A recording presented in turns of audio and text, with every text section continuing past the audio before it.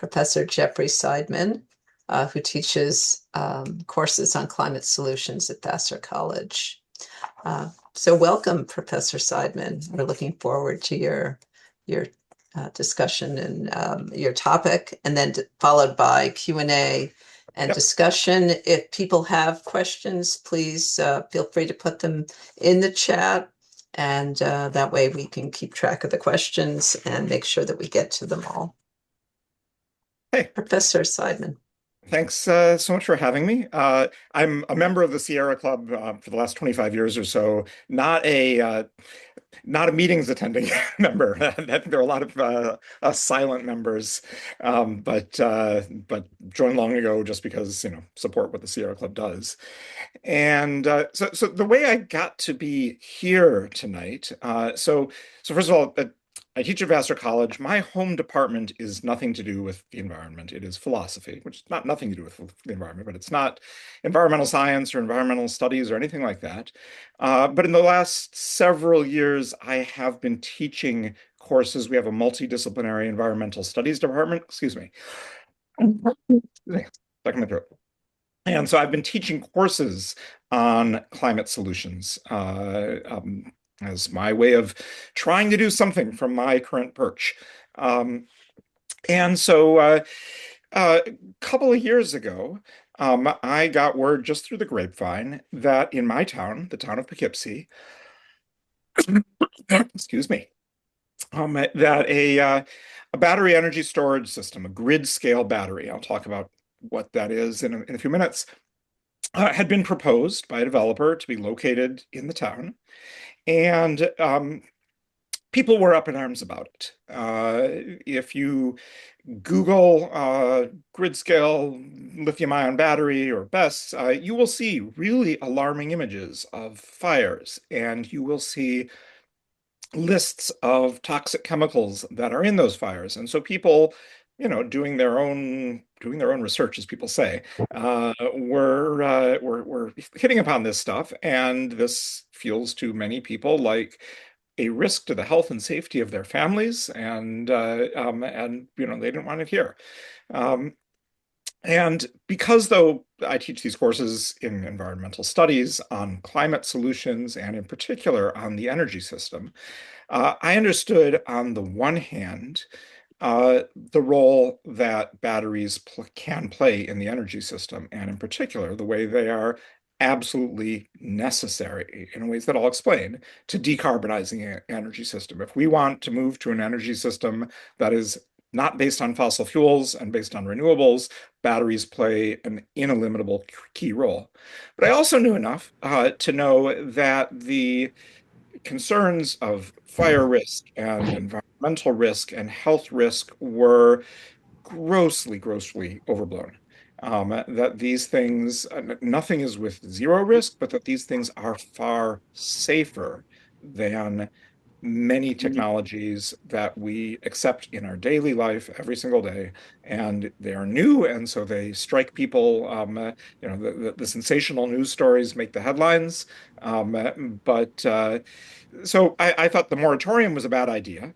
I went to argue against it on the day that it was to be enacted, and I went in and I brought in a bunch of other people to go in and say, climate change and the environment, and we need to stop burning fossil fuels. And I realized sort of inspiration. Sorry?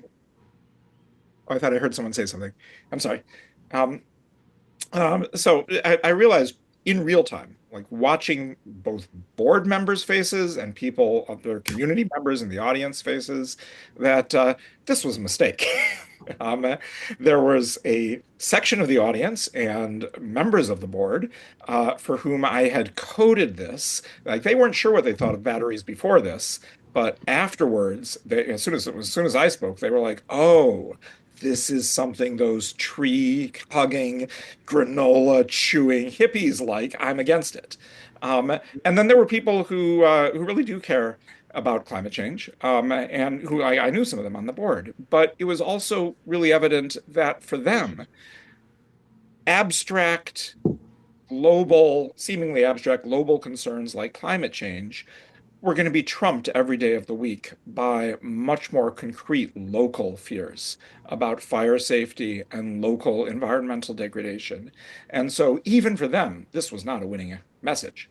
So, so they imposed a moratorium initially for 6 months. It got renewed twice, so 18 months in total. But I kept coming back and I kept bringing people back, and I organized a bunch of people and I put on workshops and forums. And at the end of 18 months, we got the town board to reconsider and to reverse its decision and make an evidence-based decision and to pass a zoning law enabling battery storage in the town of Poughkeepsie. So I'm going to I'm not going to give you exactly the message I gave them, but I'll give you a part of the message I gave them. The message I gave to them did not mention climate change or decarbonization once after that initial first meeting. Because you're the Sierra Club, I'll talk to you guys about that stuff because, we share that in common.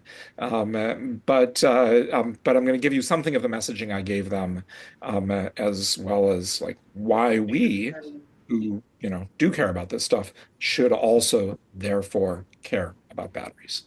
So let me share my screen. Um, Here we go.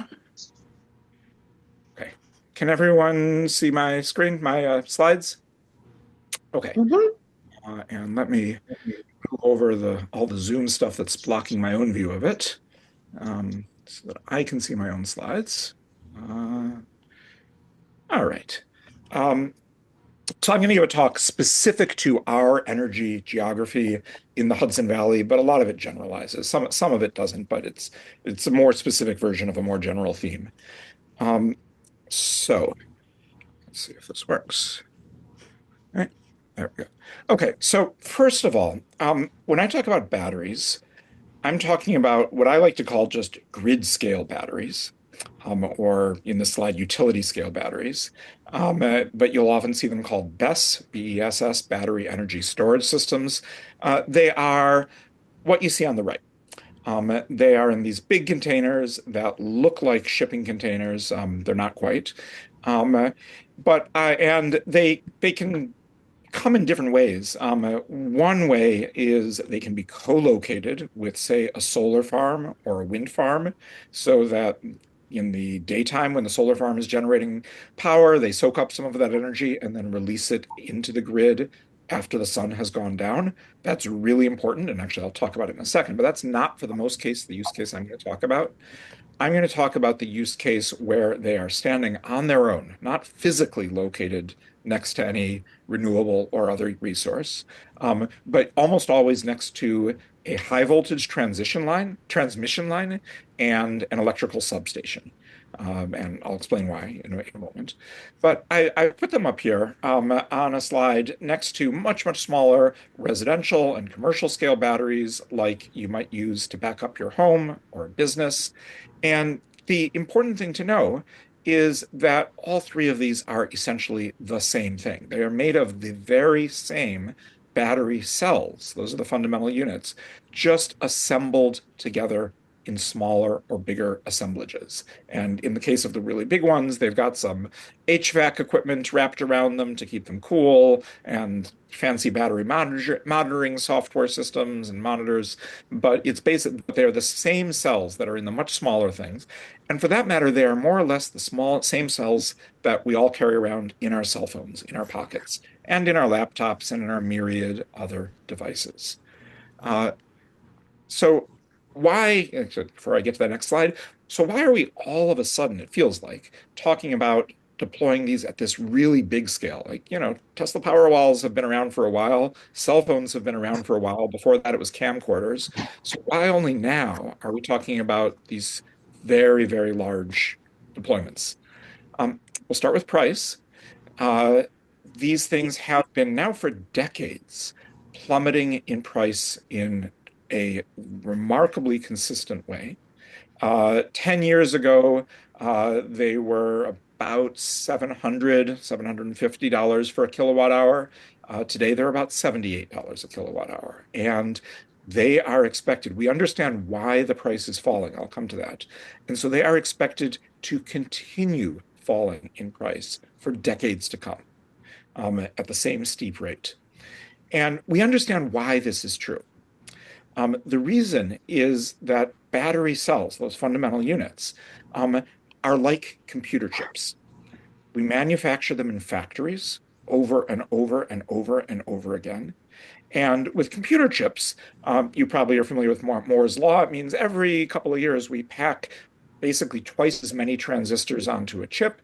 And so we get chips that are more powerful, that use less power, and that are lower cost. So we get better chips, and we just get better at making these things the more we make of them. The same thing is true of batteries. The underlying battery cell technology gets better every year, but also the systems engineering that is wrapped around it gets better, and the manufacturing processes get better and more precise each year. So it's not just that these things are getting cheaper, it is that the battery cells themselves are improving and importantly, becoming safer. In a way, you kind of already know this because I mentioned that these are the same batteries that are in our cell phones, right? And so sorry, someone asking question? I can't see your faces because I'm looking at my own screen. So speak up. This is George, one of the hosts. Uh-huh. Please, everybody, turn off mute yourselves, all right? And then we can unmute ourselves at the end in the Q&A. Thank you. Okay. Or interrupt me with a question, that's fine too, but I can't see you. So if you're trying to interrupt me, I won't notice. I'm not being rude. You just have to speak up. Um, so so you remember 10, 15 years ago, you would occasionally read a news story about someone's cell phone spontaneously catching fire in their pocket. You don't read those stories anymore, even though now I think more than half the population of the planet is carrying one of these things around in their pockets. And that is because we have gotten so much better at making these things. And every year we get better at it. So costs are plummeting. And what that means is it's becoming affordable to deploy these at larger and larger scales. What you used to be able to only put in a $600 cell phone, now you can put in these huge assemblages into much bigger deployments. And so these grid scale batteries are taking off exponentially. The graph here is for the US, but the same thing is happening around the globe. It's a real revolution happening under our noses in the way electrical grids operate, and most of us aren't aware, but it's real. And so you can see slide is a couple years out of date now, but it's a nice slide. I stole it from the New York Times. So it showed you same trend, only more so now, that states like Texas and California and and Florida, are ahead of the curve, and New York, we're just barely getting started. So, as the saying goes, the future is here. It's just not evenly distributed. So here's what this looks like in California. And again, this is from the same New York Times article. It is a couple of years old, and what was true in 2024 is much more strikingly true now. So what you see on the left is these are hours of the day electricity generation from all the different sources. And you see there's this huge bump in solar in the middle of the day. And then when the sun goes down, there's all this gas that comes in to pick up the slack. That was in 2021. And you see in 2024, those batteries charged up in the middle of the day, and then they just release their energy during those evening peak hours. And there's much, much less gas up here during that time because the batteries have eaten their lunch. And that was 2024. The numbers in 2026 are striking. The gas is being squeezed out entirely in many hours of the day. We're nowhere near this in New York, or at least in our part of New York. But that's one part. The solar power is only a part of the story. Wind is the other part. But that's where we eventually need to go. And so you can see the role that batteries play, right? But we're not there. And for now, so what does, until we build up that vast amount of solar and wind, which I'll talk about, what do we do now to decarbonize our electric grid? What does that look like? Well, to answer that, you have to know that New York's grid is functionally not one grid, but two. It's in upstate and Western New York, the grid is actually already overwhelmingly supplied by clean and also, as it happens, very low cost sources of energy. So think hydropower from Niagara and also imported from Quebec. Think small but rapidly growing amount of wind power. Think a lot of nuclear, and I didn't have this on this slide, but a smaller but more rapidly growing amount of solar power. So you see that 90-ish% clean in the upstate mix. Downstate looks entirely different. And downstate, including the Hudson Valley, this whole dark blue. Why is that? Well, the black lines on this map represent high voltage transmission lines. So those are the big 150-foot tall metal lattice towers you see that are for shuttling bulk power around the state. They are like the interstate highway system for electricity. But this yellow hatch marked area is an area called the Central East Constraint. And that's an area where we just don't have enough of that high voltage transmission capacity. So it's much more like a two-lane highway. And what that means is that during the day, when demand for electricity in our part of the state is high, there's all this clean and very inexpensive power available upstate and Western New York, but we cannot get it because the transmission lines do not have enough capacity to bring it to us. So what do? Oops, oh, there's my solar power. Back one. We fire up fossil fuel power plants. This is the Danskamer plant near Newburgh. There are others, I believe, nearer to you in Westchester. And these pollute our local air. Forget about climate change. They are bad sources of local air pollution, SOx and NOx and PM 2.5 and PM 10.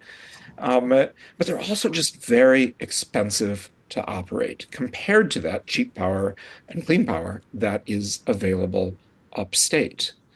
And I said they pollute our local air, but when I say our local air, it's probably not the local air of most of the people, including me, who are on this call. These peaker plants are located overwhelmingly in low income and then even controlling for income communities of color, overwhelmingly. This is the very paradigm of what people mean when they talk about environmental injustice. These communities bear a disproportionate burden in their environment and their health and their children's asthma rates and their adults' heart disease rates for making the energy system work for all of us.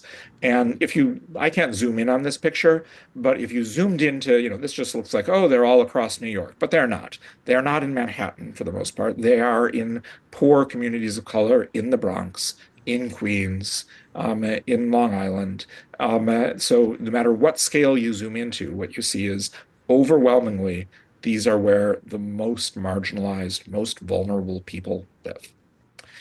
So they're an environmental justice travesty. So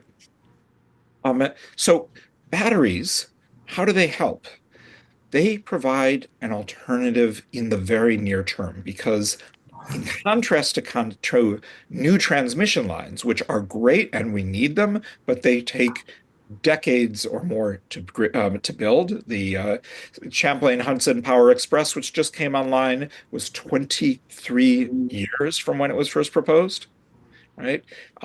Batteries can be built relatively quickly, subject to permitting. And here's how they help. So at night, demand for electricity is low almost everywhere. People are sleeping, most businesses, most factories are closed.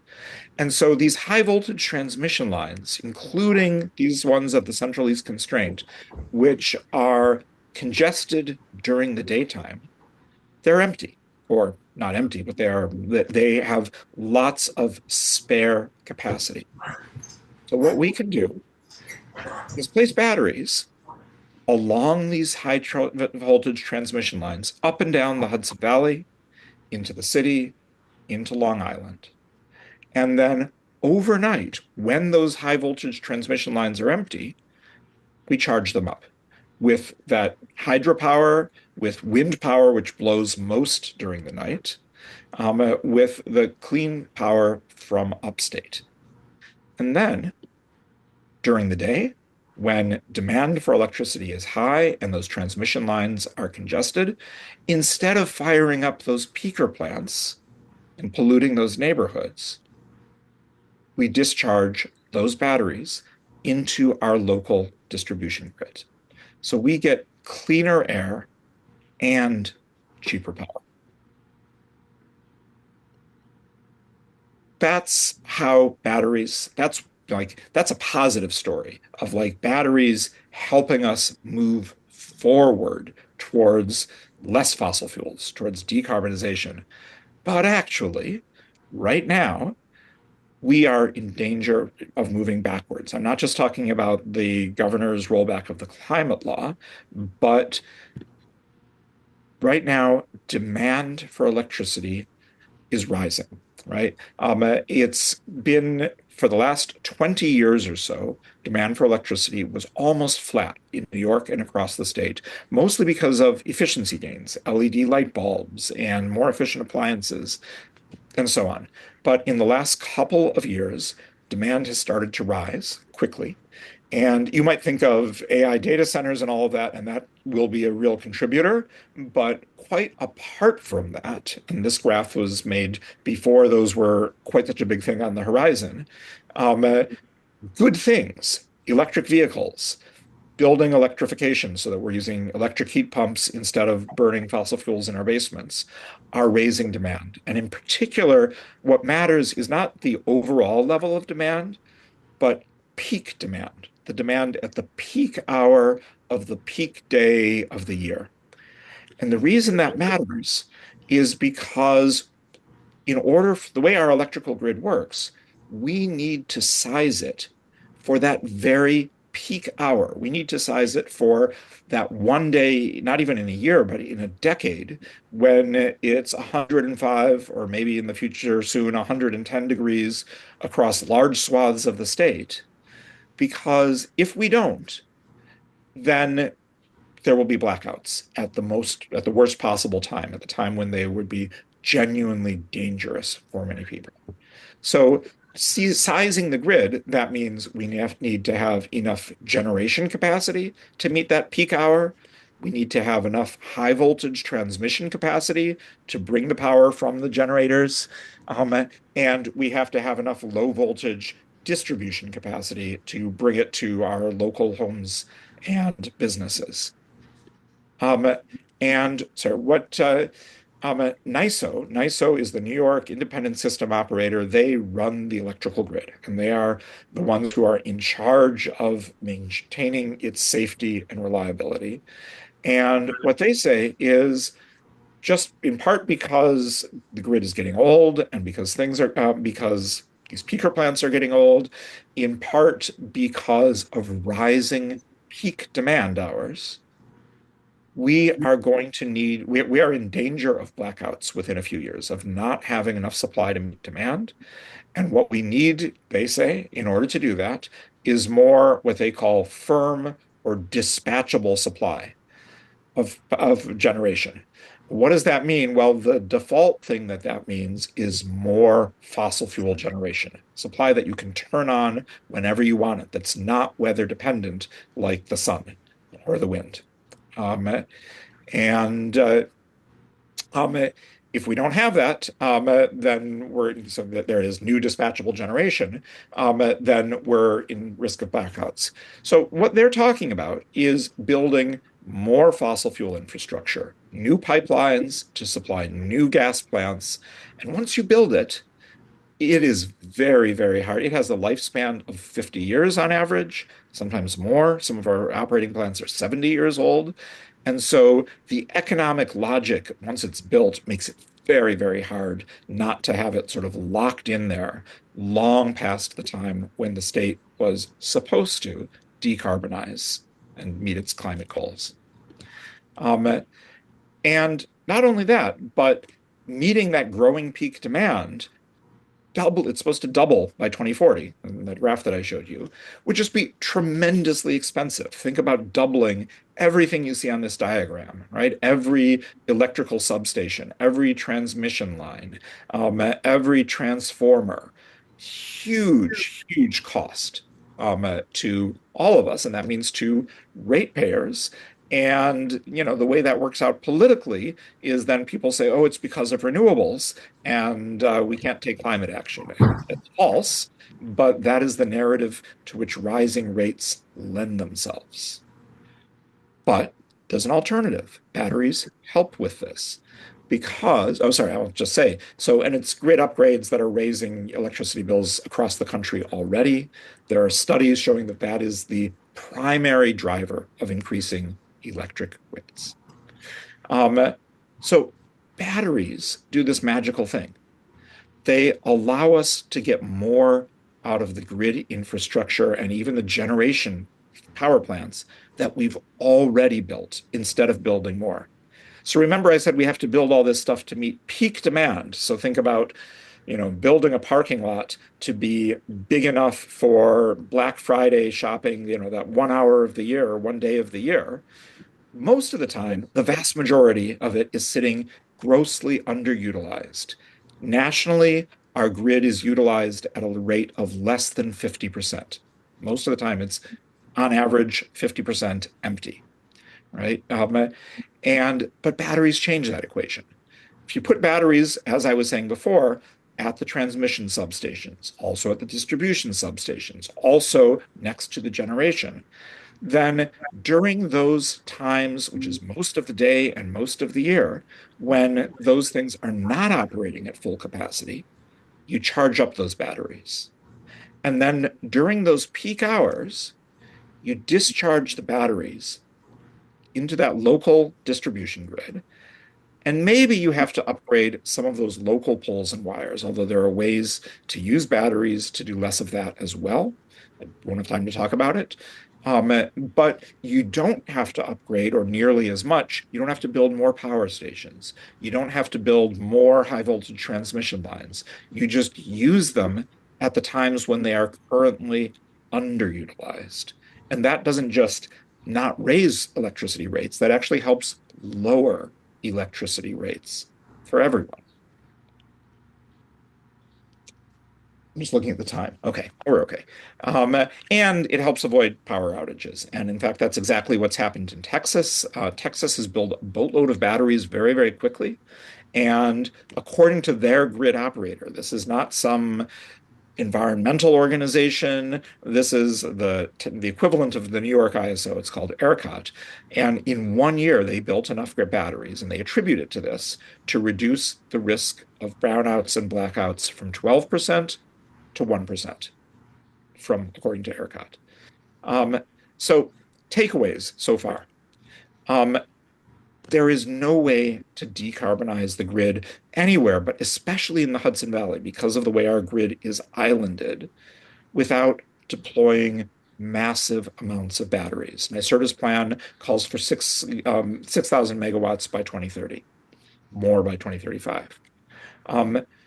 If we don't do that really, really quickly, we will move backwards because of electricity load growth, and because NYSO is their job is to keep the lights on. They will insist that we build more fossil fuel infrastructure, and that will be locked in for decades to come. And it will take political courage, which it's hard to see our politicians having, to unwind that once we've invested those tens or hundreds of billions of dollars in new fossil fuel infrastructure. And finally, in thinking about potential risks of batteries. I'm going to talk about fire safety in a moment. But we got to remember that the baseline that we're comparing it against, the status quo, is, so I'm going to put it this way, the risk is maybe once in a battery's lifetime, there is a very tiny chance that it might catch on fire and burn for a day and release some pollution. And that would be bad, right? But the status quo is we are intentionally piping gas and oil into these underprivileged, marginalized communities and lighting it on fire every single day. And it is causing, quite apart from climate change harms, it is causing real harms to those people every single day. And we are living our lives on the backs of our energy system is on the backs of those communities, mostly Black and brown communities, which are located where those fossil power plants are. So that's an important, I think, in assessing the risks of batteries. It's important it's not against a pristine status quo in which there is no harm borne by anyone. It's against this status quo. So harms for the climate and for local communities, especially the most disadvantaged. Okay, so I'm going to talk real quickly about fire safety because this is what everyone has on their minds. And I'm going to start with this. So this is Moss Landing, California. This is where if you Google battery fires, you will see pictures of this thing, this building, the long, skinny building in the front, on fire with terrible, I mean, a really bad fire, flames shooting out of the roof. It looks really bad, and it was really bad. So this was the largest battery fire in the history that's happened anywhere in the world. But I want to point something out. So this building, this used to be a turbine hall for gas turbines at what was a gas-fired power plant. The power plant was retired, and in 2018, they repurposed this turbine hall by stuffing it full of batteries. So this is what it looked like in the inside. And what you want to notice is how close these batteries are together, both horizontally and they're stacked vertically, right? And they're not just close together, but they are in an enclosed space, this building, so that if one battery catches fire, the heat and the gas has nowhere to go. It is trapped, and this is what happened. And so it spreads to all these batteries, and then the heat and the gas is still trapped until eventually it exploded through the roof in this terrible flame, right? So indoors, packed together, and the batteries there were batteries that are called NMC, nickel manganese cobalt batteries. The batteries in our phones are NMC batteries, but these are no longer used for stationary grid scale storage.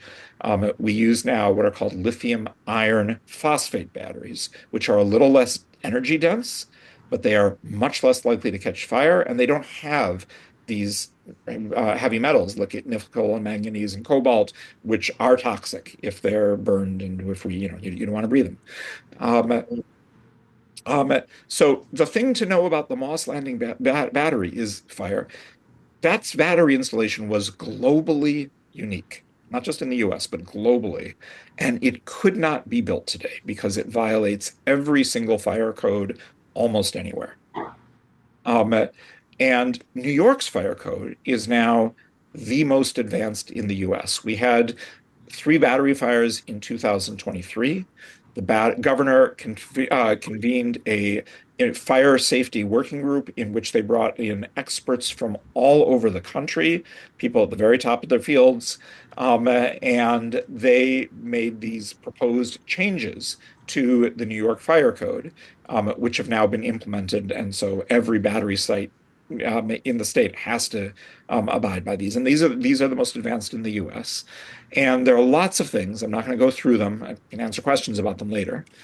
But I want to point to one feature of them. They require that any battery sited in New York, there are all these it's Underwriters Laboratory. There are all these testing certifications that are necessary for all the different components from the cells on up. But New York is, I believe, unique in that they have adopted this Underwriters Laboratory testing method for a whole shipping container, those whole huge batteries. And this was originally, it was actually the fire department of New York that first required this. And what this standard is it says you have to take one of these whole shipping containers, you have to turn off every bit of battery monitoring, every bit of HVAC equipment, every bit of fire suppression, and then you have to set it on fire. You have to force it to burn. And then you let it burn and you monitor it and you watch how it burns and you watch how much heat flux is coming off the batteries. You measure all of that. And I'll show you in a second. Then you use that in designing your bigger battery facilities. And when the fire department of New York first said this, we are going to require this, battery manufacturers said, no way, that these things cost $1 million a piece. We're not lighting them on fire. And the FDNY said, well, then sorry, you can go sell them elsewhere. And then they agreed. And so now this is required not just by the FDNY, but all over New York. And here's what it means. Here's what a modern BESS looks like. Notice it's outdoors, so there's no building around it trapping heat and gas. There are a lot of things to point out, but the thing I want to point out is they are spaced according to the test results from when they light those things on fire, so that battery fires cannot propagate from one container to the next. And so you sometimes hear people, I've been doing town meetings in front of communities where very large battery facilities with hundreds of these things are proposed. And people say, this is just too large, hundreds of things. Imagine if they caught on fire. But the truth is, these are tested such that even if one of them catches on fire, it does not propagate. So the scenario in which all of them catch on fire is not a real scenario. Whether you have one of these sited or 100 or 500, you're talking about basically one canister is the maximum, one container is the maximum size of your fire. And as I said, these batteries are lithium iron phosphate, so they don't have those heavy metals, which are particularly toxic. Still, so this is a fire that happened last year in Warwick, New York, and people were up in arms about it. But what you don't want, people don't want to hear this, but here is the truth. This is what fire engineers call a successful failure. It caught on fire and it burned exactly, behaved exactly as it should. Namely, the fire did not propagate from one container to the next. It didn't even propagate across the whole container, right? So it burned. It was not, from a health, safety, environmental point of view, it was not a dangerous fire. What about toxins in the fire? You will hear people talking about this. So the main toxins that you need to worry about in a BESS fire, and you don't want to breathe any of these things, are carbon monoxide, hydrogen fluoride, and hydrogen cyanide. And you do not want to breathe any of those. Those are bad, right? They are the same chemicals that are in a house fire and in similar amounts and proportions. The PVC pipes in your house, the chemicals under the, all of those release hydrogen fluoride and hydrogen cyanide when burned. It is not more severe, and this is like tested over and over. It is not a worse toxicity profile than a structure fire, but we don't outlaw houses. During every fire incident that's happened in New York and almost everyone that's happened in the US and most around the world, there has been live air monitoring, air quality testing at the site perimeter. And in every case, in no case, have elevated levels of any of these things been detected beyond the fence line. Right. So, for instance, in the Warwick fire, they tested these. They were there with the air quality monitors. Afterwards, they went and swabbed the surfaces of nearby buildings to see if there's any detectable residue of anything. They tested the soil. They tested the water. Nothing. Nothing. And that's the standard, right?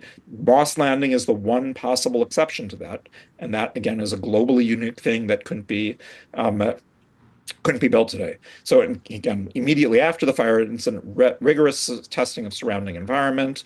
At Moss Landing, This is actually disputed, and there's questions about this is done by amateur testing, but I'm happy to believe it, that there was NMC, nickel, manganese, and cobalt in the soil from that huge, horrendous fire. It seems entirely plausible, right? But we don't put those things in our batteries anymore. And in no other case has toxic residue been found beyond the fence line. Best practice for these things is not to try and put them out, to pour water on them, but just to let them self-consume. And in that way, they are like a propane tank or a gas fire. No one puts those up. Firefighters will stand back and let those self-consume. And the more relevant comparison is they are like an electrical substation fire. And here's the point the thing that I alluded to at the beginning, where I said these things are far less risky than things we accept in our everyday life. When an electrical substation catches fire, and this is not infrequent, it happens. I was talking to a worker at Orange and Rockland utility the other day, and he talked about a fire that burned for 3 days. The transformer canisters are full of distillate oil, which is a toxic stew of mess. The smoke from this stuff, from when these burn, looks entirely different from what you see from a battery fire. Plumes, huge plumes of dark, thick black smoke. And the one he was just talking about that he'd just been to, for 3 days, firefighters won't step foot in there. They will let it consume. That is far more dangerous, far more toxic to, both for the environment and for people than any battery fire, right? But we're used to these. These are just part of the landscape. So we accept that, well, this is part of the risk we endure in order to have an electricity system. Batteries are far less dangerous than that when they burn.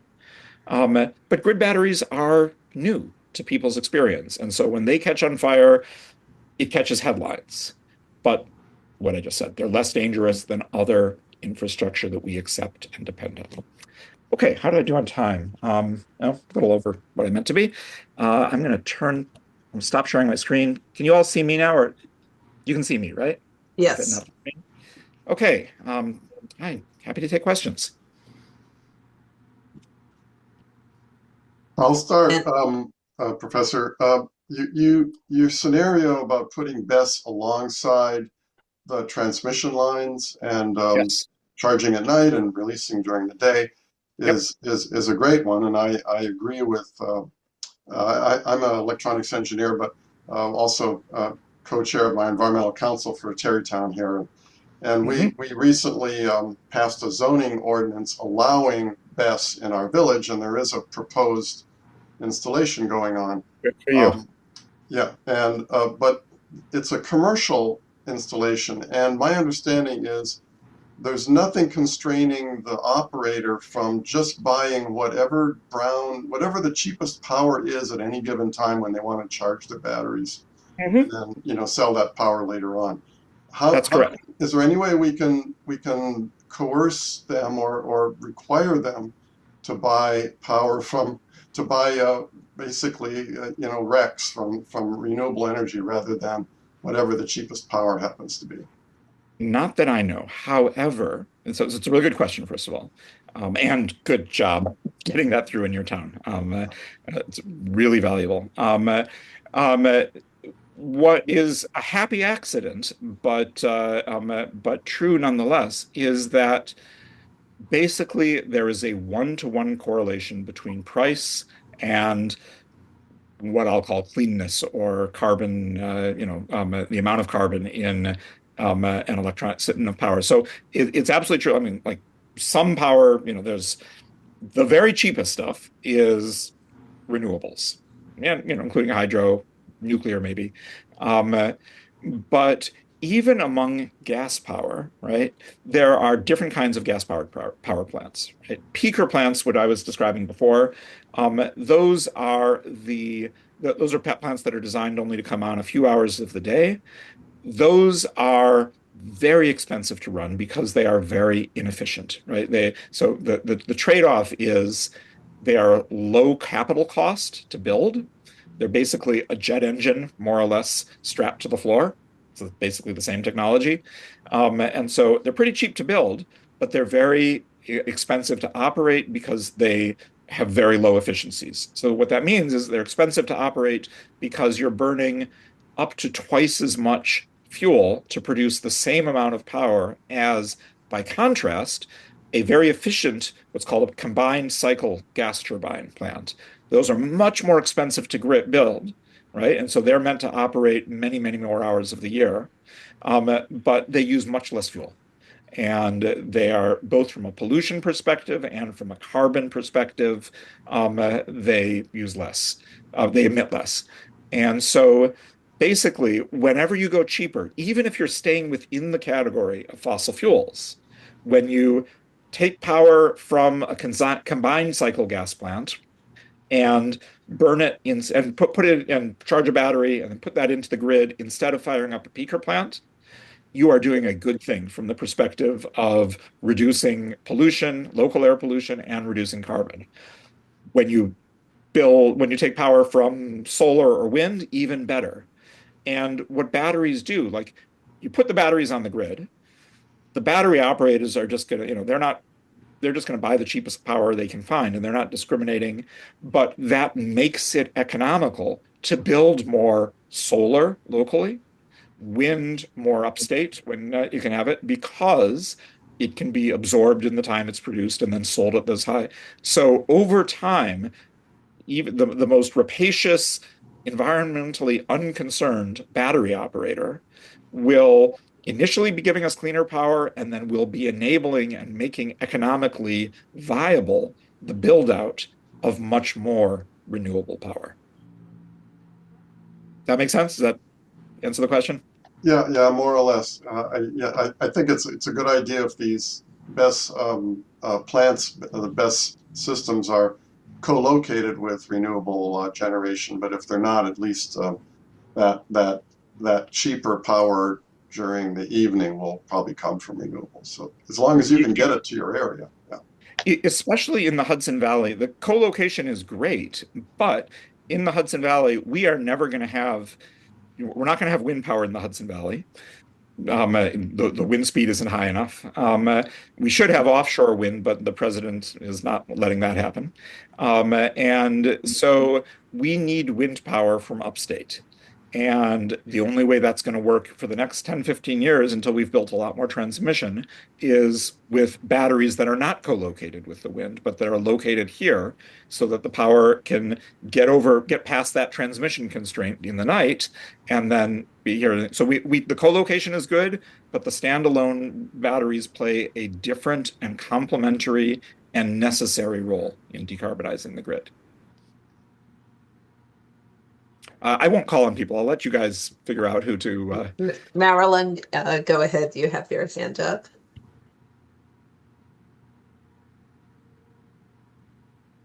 But you're on mute. Land sakes alive, that mute. Okay, here we go.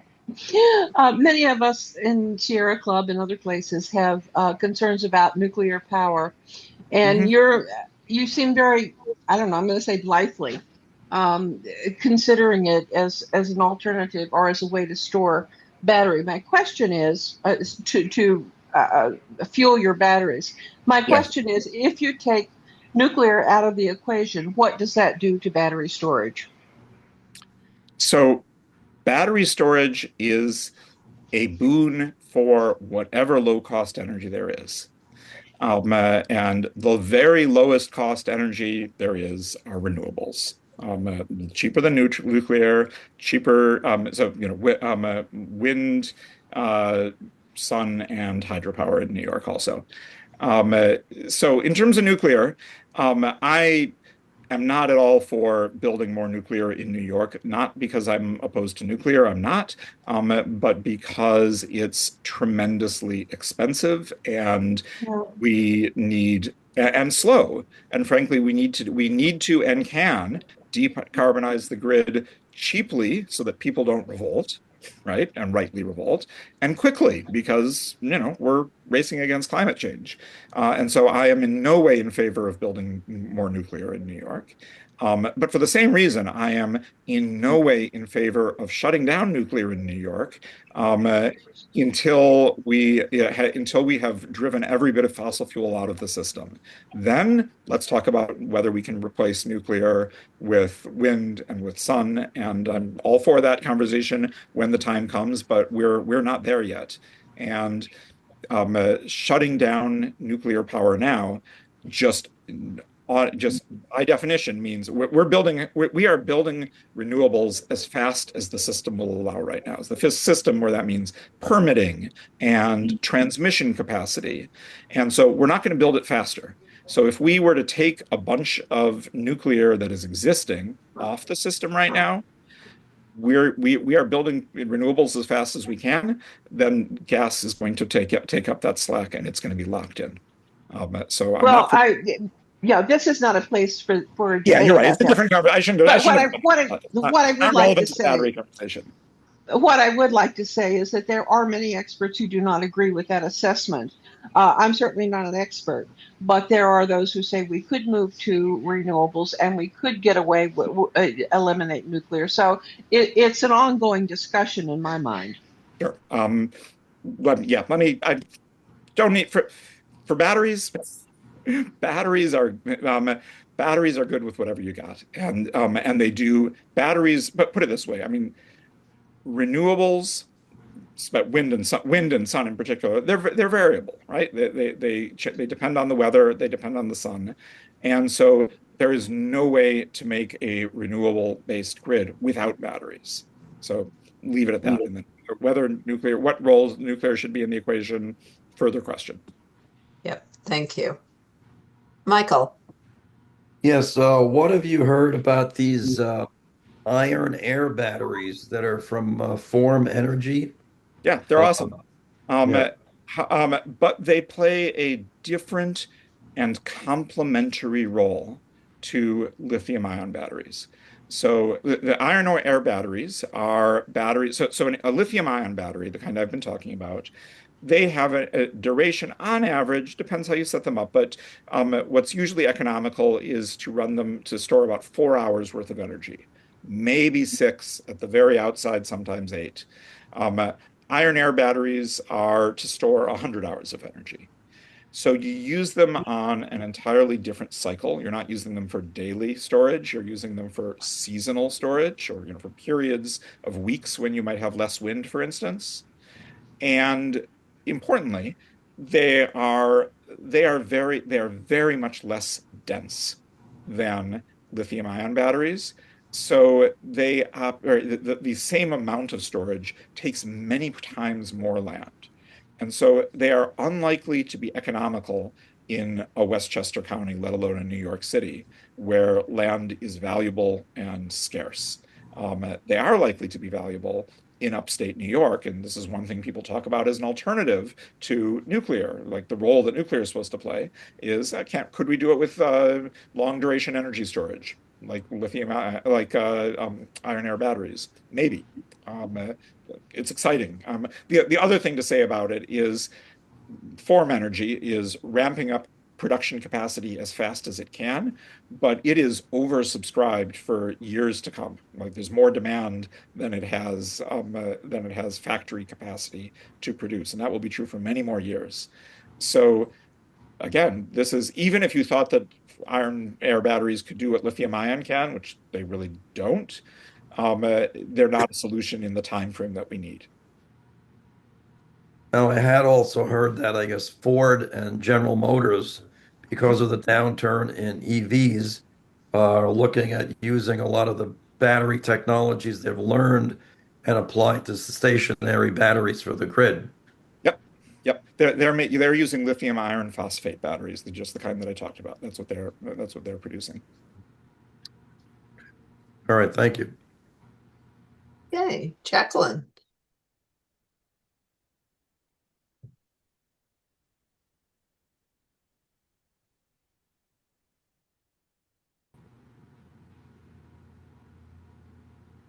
Jackie, you need to come off mute. Hi there. Thanks for this presentation.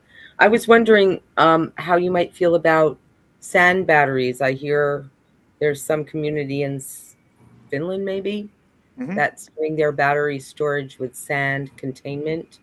And maybe that works in Long Island where there's a lot of sand. But anyway, I was just really intrigued by that because that can't burn.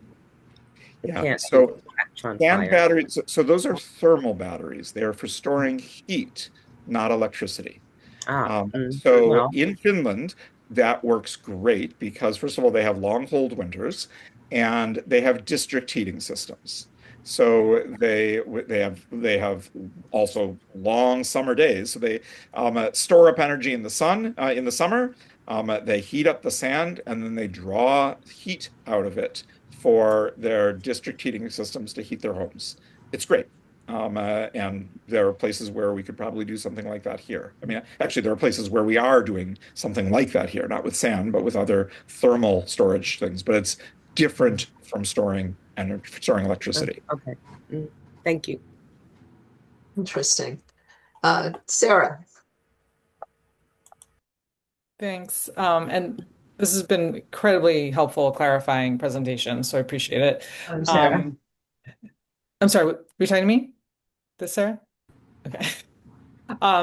I was wondering, in terms of the fire safety myths, or I guess that are no longer the case with current batteries, is there a resource that like the fire department of New York would have that you could point someone to, like that they have come out and said that the current batteries are safe? And a related question, someone was telling me similar concerns related to fire with EV batteries. And I was wondering if the things you're saying about it not being toxic, it's not actually a worse fire than other types of fires, applies to those as well. So I'll start with the latter and then go to the before. So EV batteries, some of them are now lithium iron phosphate, the same technology. The majority are still, or many, I don't know if it's the majority, are still NMC, nickel, manganese, cobalt, because that is more energy dense. You can pack more energy into a given weight or volume, and so you can, have a bigger range on your EV. So the thing to know, I mean, so it does have those things in them, and you don't want to breathe the smoke, particularly any more than you, again, want to breathe the smoke from a house fire, right? They're not as safe as a stationary battery, which is just sitting there, with a fence around it, and like if a fire happens on a highway, you got to do something about it, etc. That said, a EV per vehicle mile traveled, an EV is 1/60th as likely to catch fire as a gas car, as an internal combustion engine fire. So, yep, they can catch fire. Yep, it's bad if they do. 1/60th as likely per vehicle mile traveled. So there is no risk option here, but because it's new and different, right? So there is this difference with a gas fire, right? Best practice is not to put it out. Best practice is to let it self-consume, and that can take some time, right? So you don't just spray water on it or foam on it. And so there is that real genuine difference, and like firefighters will point to that and they'll be right. That's correct. But still, it's there are EVs all over the world right now, and Norway is reached like 98% penetration in sales, not the total fleet, but and their roads are safe.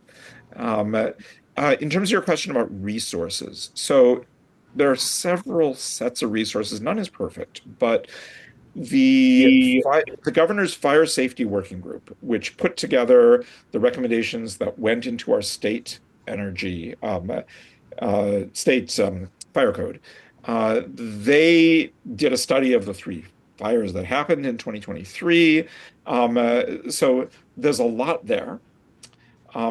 Two other resources, and they have a website. You can see all these documents, and so like the results of all their testing and their more general conclusions. The more general fire safety information, I can send this afterwards to Peggy. There's an organization called EPRI. It's a nonprofit. I always get wrong exactly what it stands for, but I think it's Electric Policy Research Institute. That might be wrong. And they have a database. They track every single fire that has happened in the world that they can get their hands on. There might be some countries where it's a little opaque to them, but certainly everyone in the US. And they have they have data on the risk of fires, right? And what they show is steep decline of 98% over a 6-year period in the rate of fires per gigawatt hour, and they have lots of other information. But the best thing, if you're talking about talking to firefighters or communities or town boards, there is a fire safety consultancy in New York called ESRG, Energy Services Response Group, something like that. It was founded by this guy, Paul Rogers, who was an FDNY fire chief for 30 years. He developed the FDNY fire code for batteries. So he was a specialist that they pulled off the front lines to do that over a period of years. And then he served on the governor's working group that developed the state's fire code. And he, and really everyone who works at ESRG, he has obviously like deep expertise, but he's a firefighter and he speaks the language of firefighters. So in Poughkeepsie, when I was working to convince my town to reverse the moratorium, I brought him in. And so I have been doing panel presentations in many towns over the last few months with a panel of me, someone from NYSERDA, and Paul Rogers or someone else from ESRG. So I let them talk about the fire safety. And it's not that they convince everyone, but they convince everyone who's willing to listen, because which is not everyone, because he's a firefighter. He's like been at these fires. He's worked deeply on this technology for decades now, and and he speaks with the credibility of a firefighter. So I would strongly recommend bringing him in, and they'll come for free. NYSERDA pays ESRG a retainer, so ESRG will come to a town for free. This panel presentation, if you wanted me talking about the kind of, I do a slightly different talk than I did for you guys. I don't talk about climate change and decarbonization, but I do talk about how batteries roll in the energy system in saving ratepayers money. And so, if you wanted a panel in your town, if the town board invited us, I can usually get NYSERDA and someone from ESRG to come with me, and we do a panel. And we usually talk for about an hour between the three of us, and then take questions for however long. And sometimes it's been till midnight. This is great. Peggy, I know you're on, and I know we're coming up against time. I didn't realize we had 4 Sarahs on this call, so apologize for the confusion there. Sarah Kaplan is the only one who has a hand up, who hasn't already spoken and asked a question. So maybe we can call on her. I would let it go through the questions. It's actually David. How are you? I'm with Hi, Sarah. David. All right. I formulated a couple of questions. I know this discussion has been focused mainly on the safety of the batteries and some of the technology behind the chemistry on the batteries, and it's constantly evolving. Where do you see the batteries in 5 years, in 10 years? We may not be talking about fires in 5 or 10 years. I think in 10 years, you're likely to be right. There are lots of new battery chemistries, and it's exciting. Sodium-ion batteries are likely to be useful for storage, and they are much less likely to burn. Depends on the variety of sodium-ion, et cetera.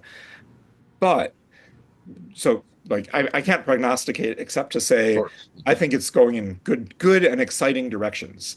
And you're right, ways that will make the fire safety question that will make it less prominent. However, what I think is really important is it takes years from the time that someone invents and proves a new technology in the lab to the time that it is at commercial scale and manufactured. It takes many, many years.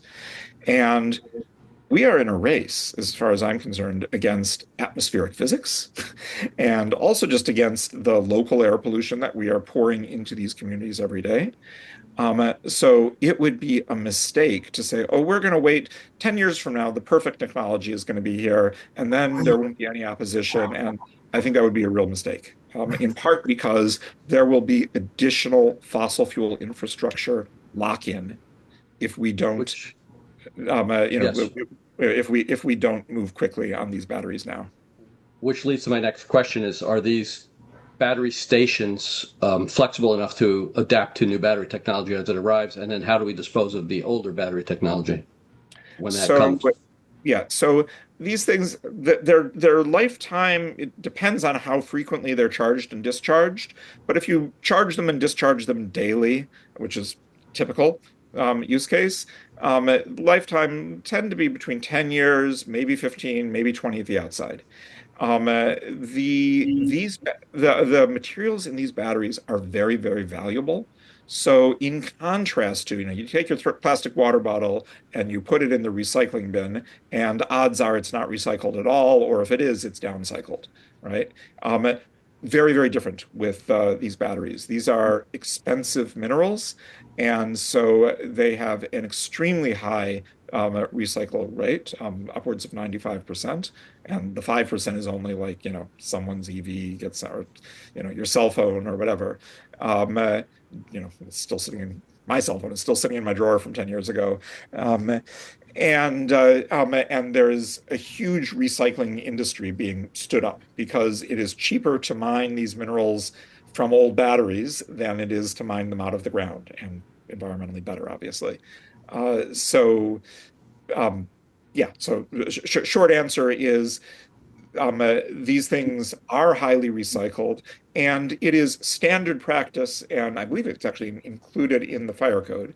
Or it's not in the fire code, but it is in the New York State model law for communities to adopt if they so choose, that a battery developer should put funds into a bond so that if the battery developer who put in the battery goes out of business, excuse me, the town is not on the hook for decommissioning. The money is there to decommission the batteries at the end of useful life, and then they will be recycled because it makes economic sense to recycle them.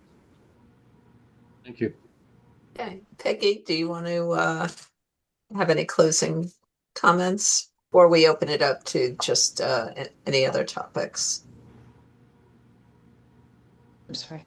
So we did have, first of all, Dean and Marilyn, were there urgent questions that can be asked and answered very quickly?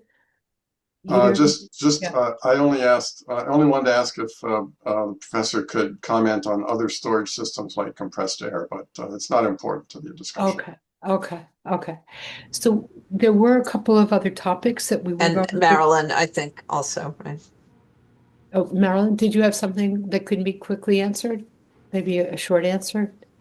You have to unmute. Rat that mute button. There. I was just wondering about carbon dioxide batteries. First of all, I'd like to say what a great informative presentation. But that the carbon dioxide batteries have come up, and I haven't been able to find much about them. So I just wondered if there was something to say about that. So your question matches the one a minute ago. Compressed air and compressed carbon dioxide are in the same family. They're both compressing a gas in order to store energy. They're both promising, interesting technologies. As with was asked about iron air batteries a long time ago, they are likely to be for a different use case than lithium ion batteries. So a complementary technology, not a replacement. So they're probably for longer duration storage. Depends. But also, as actually like more so than with iron air batteries, there are 1 or 2 trial and pilot facilities out there, but it has yet to be proven that these things can be made commercially, they can be cost competitive. You can do it. You can store energy all kinds of ways. And there's a good case to be made that they can, but it's something that takes years to play out, and we'll see. I hope they succeed, and they will be a good piece of the puzzle to have, a good tool in the toolkit. But there's nothing. I mean, the one thing I would say is you will read about 1 million really cool, really interesting energy storage technologies for all different durations and and they're great. The only one that is commercially viable and proven at scale right now are batteries in the lithium-ion family, including lithium iron phosphate and new chemistries of it. But the others are all trying to prove themselves out, and maybe in 10 years they'll be a big piece of the puzzle, and that'd be great. But we're not there yet. We probably should end here. This was excellent. Thank you, Sarah, for jumping in, and thank you so much, Professor Seidman. I'm sorry, I had a medical issue that came up, so I kind of didn't hear the whole thing from the beginning. I'll definitely be listening. We're recording it. There is a recording. Everybody should know, so we can send it on. And as you can hear, Professor Seidman is willing to do these talks, feels really passionately about it. And I still want to have you come to speak to the planning board group consortium, and that's something that maybe you do in some of the other communities that you all represent. So thank you very, very, very much. That was excellent. We do have 2 other topics that we're going to address just quickly. Thank you.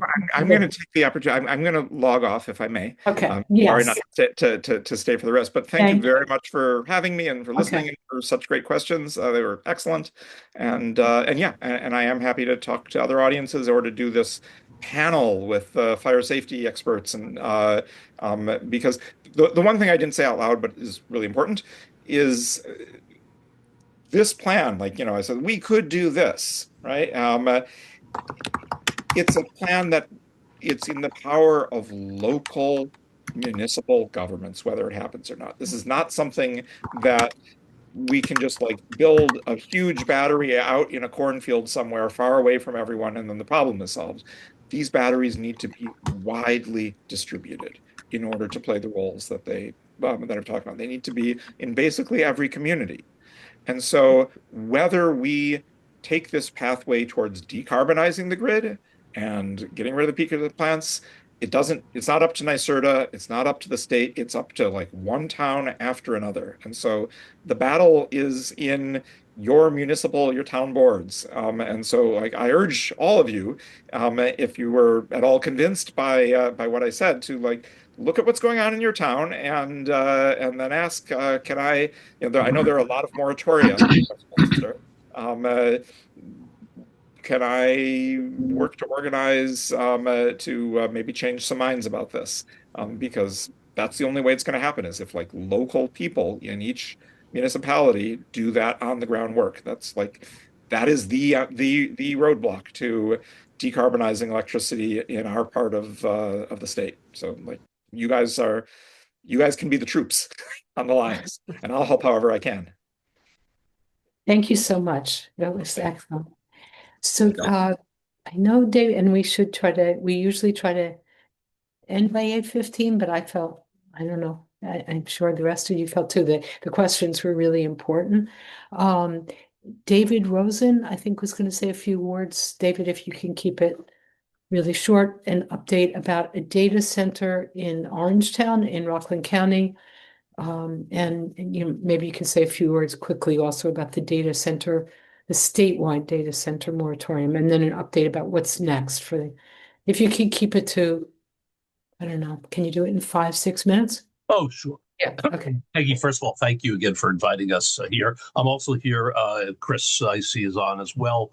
My colleague, we represent the Data Center Crisis Coalition of New York and New Jersey. Some of you may have heard me speak and Chris speak in the past, and really appreciate the support of Peggy and some of you who have also joined us in our fight and quest to push back on some of the really unrealistic and inappropriate placement of some of the data centers. Let me start by saying we're not against data centers. We believe that in progress and data centers and data is important to all of us.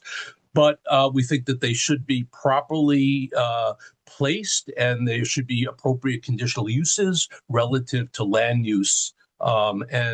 So let me start by saying, for those of you who may or may not be familiar, the main data center that we've been focused on is a data center called DataBank in Orangeburg, which is right adjacent to New Jersey. I happen to live right on the border of New Jersey. If you jump over my fence, I'm on the state line.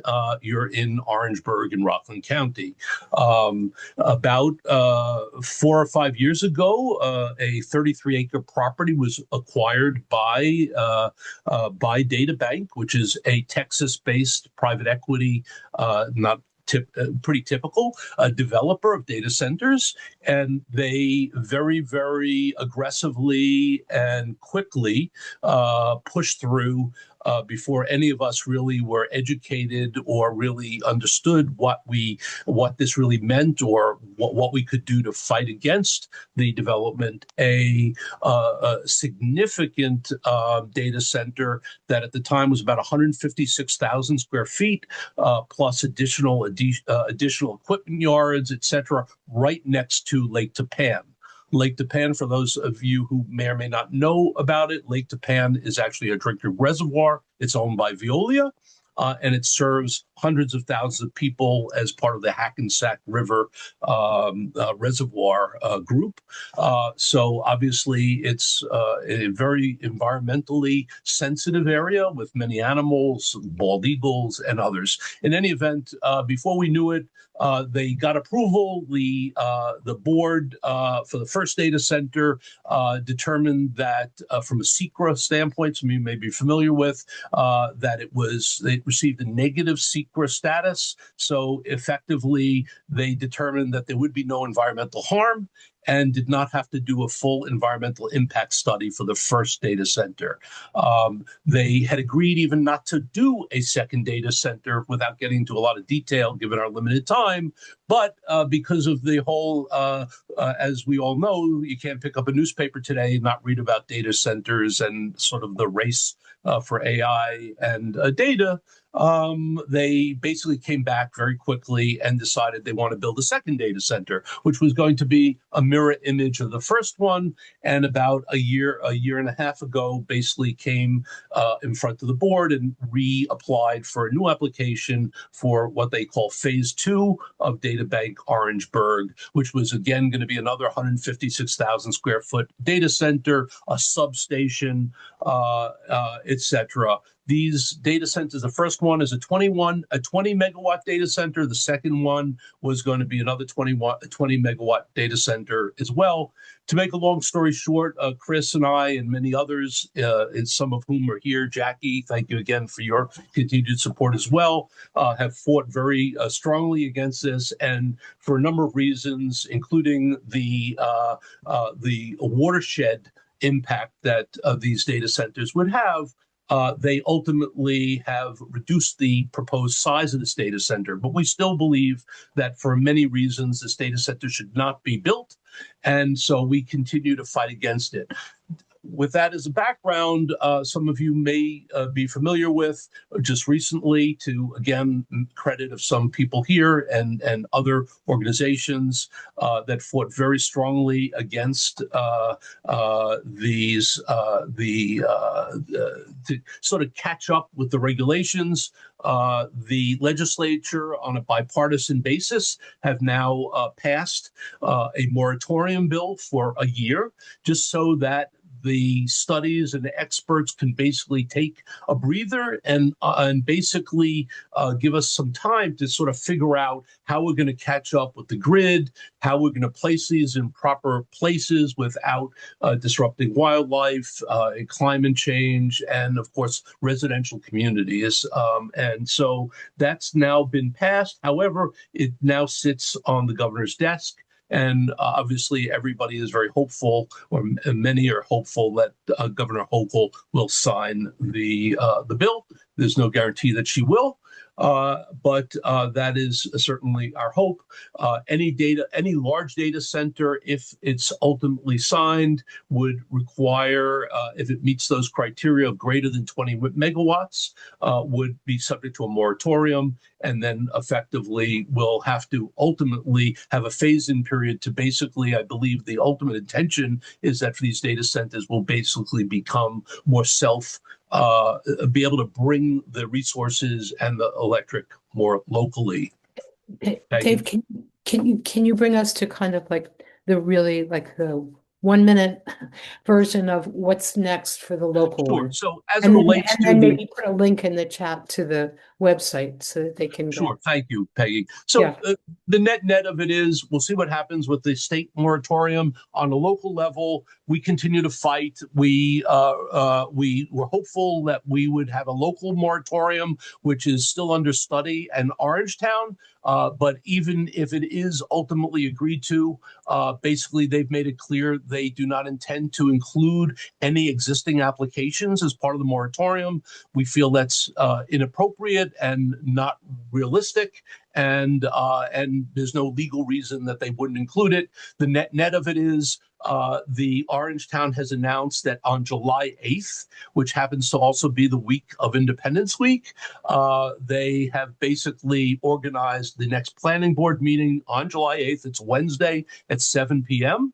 And we're at that point, the planning board will evaluate whether they should determine whether the data bank facility should get a positive or negative SECRA, and whether it will be required to do a full environmental impact study. Hopefully, any of you who would be interested or available, we'd certainly love for anybody to come and join us.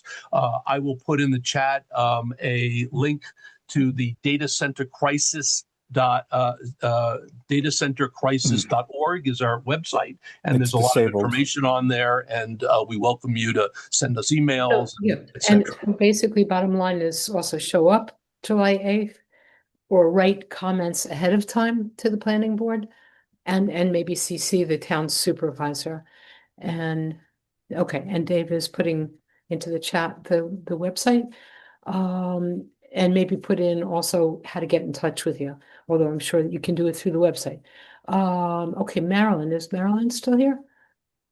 Yeah, Marilyn wanted to say a few words, really, Marilyn, super quick, just about the decommissioning oversight board meeting on the 18th. You have to unmute.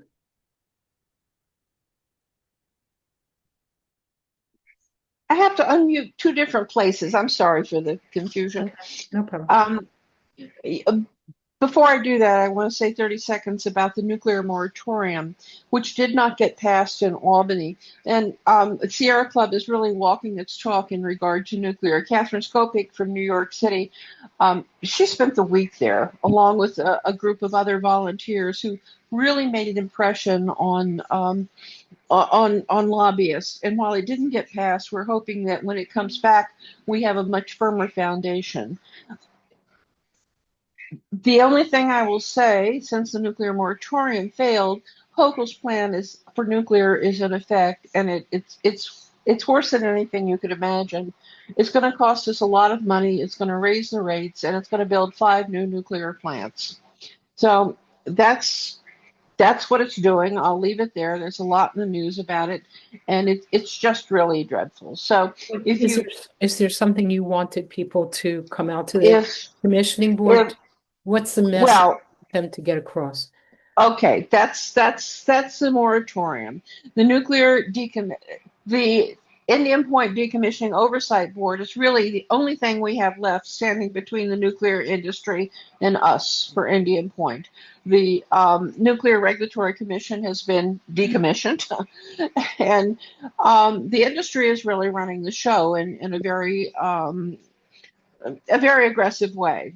So this decommissioning board needs to really know that people are watching, that we expect them to protect our interests. Holtec is undoubtedly trying to weasel a way to get nuclear into Indian Point. You can't really pin them down, or so far we haven't been able to, but we keep trying. And the Decommissioning Oversight Board will be one opportunity to do that. Paul Gunter, who is quite a renowned nuclear expert, is going to speak about a couple of technical things about in regard to Indian Point and measuring radiation. And there's a lot of problems with measuring the radiation in regard to property near the school and around the plant. But you can come in person and you can come in Zoom. I tried to put the website in the chat, but it said the chat was closed. I will try that again. Yeah, So yeah. that Just to mention, I tried to put in information as well. It So says it's so here's disabled. what here's what I'm thinking is that we can whatever you want to have put in the chat, send it to me, and George can post it to our website. So if you Google Sierra Club Lower Hudson Group, both links for the decommissioning board on Wednesday and the information about the July 8th planning board meeting and the data center coalition, we can post it. I think I can speak for everybody. Sarah? Yeah. Yeah, sure. We should be able to post all of that to the website. I don't know June why the 18th. chat is disabled, but I'm seeing that as well. June 18th is the Decommissioning Oversight Board meeting. Right. I'm sorry. Did I say that? Okay. So we try to respect everybody's time and not let these meetings go on and on. So I want to thank everybody for coming. I think, it was extremely informative. I hope you all felt that you got a lot out of it. If you want to get in touch with me, my email is rocklandclimate@gmail.com. Again, rocklandclimate@gmail.com. Any suggestions for future programs in issues, but we will be following all of these issues that we've just talked about, the nuclear, data centers, battery storage. We'll be working on them going forward. So thank you so much. Thank you. Good night, everybody. Have a Good good night. night.